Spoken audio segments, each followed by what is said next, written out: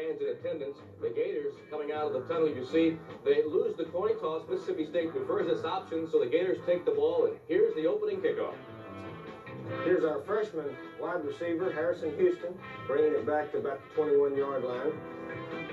We need to get a little bit better in our kickoff returns and our kickoff coverage, I might add, Nick. First play of the game, we wanted to give our offensive linemen a chance to really come off the ball and see if we could knock them backwards a little bit, and I think we did that. Eric ran for 7 yards there. Here's Greg Keller, our backup tight end on a key third down completion. We've got the drive alive, and here's a third down pass that we just barely missed. We've got to hit that corner route that was open a lot during the day, but we just didn't get it executed quite well. And here's our defensive team. I tell you, Mississippi State only made 9 first downs on the day, only 135 yards total offense, a tremendous effort. Here's a formation, Nick, we put in just this week with no backs in the backfield. And we catch Kirkpatrick down the middle, wide open. A nice throw there by Shane. That's good for 28 yards. You've got 3rd and 5 at the 7. As you can see, here's that same formation with no backs. And Shane scrambles around, finds Eric, and fortunately he dove across the plane of the end zone before he went out of bounds, and we get our first touchdown here. Here's another look at it, and again, Shane was able to had some good mobility yesterday.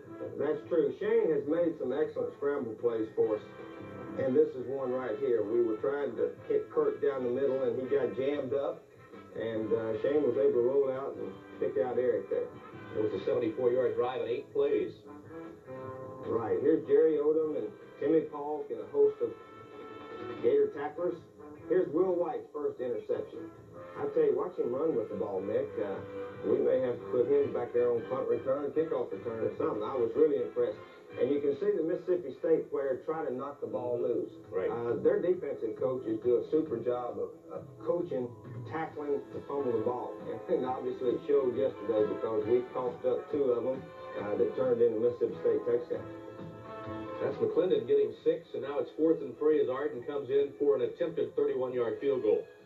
Right. We get a little pressure off the corner, and the defensive back from Mississippi State made a super play, and we're only up 7-0 here in the first quarter. And we move along to the second quarter. Gator defense is trying to stop here the tailback, Tay Galloway. Right. There's Mark Murray, Fee Bartley, Jimmy Spencer, Brad Culpepper, Coach Jimmy Bates there, sending in the defensive signals. Our players were really ready to play yesterday, Mick, and if we can get this effort, we've got a chance against anybody.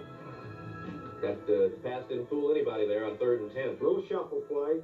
I think when we go back and look at our statistics, when we blitz, something always good happens for us, Mick, so that's an integral part of our defense. Brian Fox now in. Right. Shane had a little pull muscle. They checked out, and he was able to come back, but Brian Fox came in and made a nice throw there to Kirk on a 2nd and long situation. Here's the fumble. Eric, as you can see, makes about 6-7 yards and just really is not carrying the ball securely enough.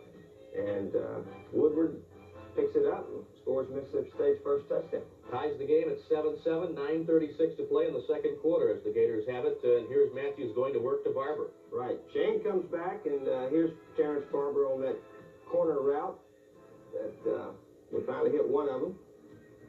But Shane had an outstanding day. He hung in there as tough as he's had to all year because he probably got hit more yesterday. And there's Kirk on another big 3rd down completion. And here's the touchdown. Really proud of Shane audibly to this play right here, Mick. I've been trying to encourage him to, when he sees something, sees a good play, go ahead and go to it. And he's starting to do that now. And that's really going to help make us a better team and help our offense also. Hook and lateral. Yeah, a little hook and lateral. We just didn't have quite enough field out there. Probably should have waited and ran it to the wider field. Here's a touchdown that was called back. Terrence made a fine run after he caught that one. We went in motion before a player was set. Now, we talked about it, but we just didn't quite execute it. Arden comes in, makes a big field goal right at the end of the half, 45, 46-yarder to get us up 17-7. So I know you'd like to have the touchdown there, but you don't get turned away completely. That had to help the momentum to go to the locker room and the 10-point lead. Certainly did. Arden is a clutch kicker, Nick. His range, as you said earlier, is about 45, 46. And anything longer than that, we'll let Ryan Rulin try. But he is extremely accurate. We're glad to have him on our team. So the Gators leading at the half. The third quarter. I think Godfrey Miles comes blitzing in off the corner. As you can see, they opened the gates on their quarterback, Tony Shell, and Godfrey got a good lick in there. We got to get him to knock that ball loose the next time. This is a funny play here. I tell you what, we needed to block that kick and pick it up and go score, but somehow or another he punted the ball out of there a few yards. But this is, again, excellent field position. Here's a nice throw by Shane. As you can see, he took his steps through on rhythm. Here's a short yardage play. Eric Rett up the middle. Dexter McNabb did a fine job blocking in there, his fullback position. Another big third down. Right, here's Shane over the middle to Kirk. We got a lot of mileage out of that up and in pattern over the middle to Kirk yesterday. Here's a well-blocked sweep play. Eric gets it down to about the 2-yard line, and 2 plays later, Shane's able to dive over the top for the touchdown. And so the Gators led 24-7, 7:03 to play in the third quarter. Kirkpatrick, by the way, 7 catches, 99 yards in the game. Gators with the ball back again. Well, this was not a real smart play by me and our running back coach, but it just happened. We had a backup player in there, and he ran in there and coughed it up, and they get another touchdown, so they're only down 10 right now. So I'm really proud of our offensive team after giving up that touchdown. We come right back. Ernie Mills makes 2 big catches. The first one right there on a deep post route, and he comes back later for the touchdown. Here's the replay, and as you can see, Shane is throwing on rhythm, and he's able to get it out to Ernie. Uses his leaping ability to go up and get that one. He's a big league talent, Ernie Mills, and he had an outstanding day yesterday. He caught 4 for 118. Shane, 27 of 42, 351 yards, and here he comes right back to Ernie. Here's the touchdown, and again, well-thrown ball, and Ernie ran a super route, made a nice catch, and this was another third down completion. Mick, we were 11 of 16 yesterday on third downs, which enabled us to make all those yards. A lot of games, we've been way under 50% on those third downs. Here we are blitzing again, and William Gaines gets in there. He's from Mississippi. In fact, he got a game ball yesterday going against his hometown bunch of guys. This is Kirkpatrick again. Right, this is a little bit of a scramble play. Shane rolled out of the pocket and found Kirk over near the sideline for another first down. We made 32 first downs yesterday, Mick, which was our high of the year. Now, this is not a real good play here. We threw a little late over the middle, but fortunately, Shane went out there and made the tackle. We've talked to our offensive players about making sure that at least we tackle the other guy when they get an interception or a fumble, because our defense, we feel, is going to hold them. Here's the only little lapse we had defensively. They hit a couple passes in a row here and get the score back within 10 points again. Yeah, that's Bolden taking it in, and it is 31-21. There was a lot of time, 13 and a half minutes left in the game.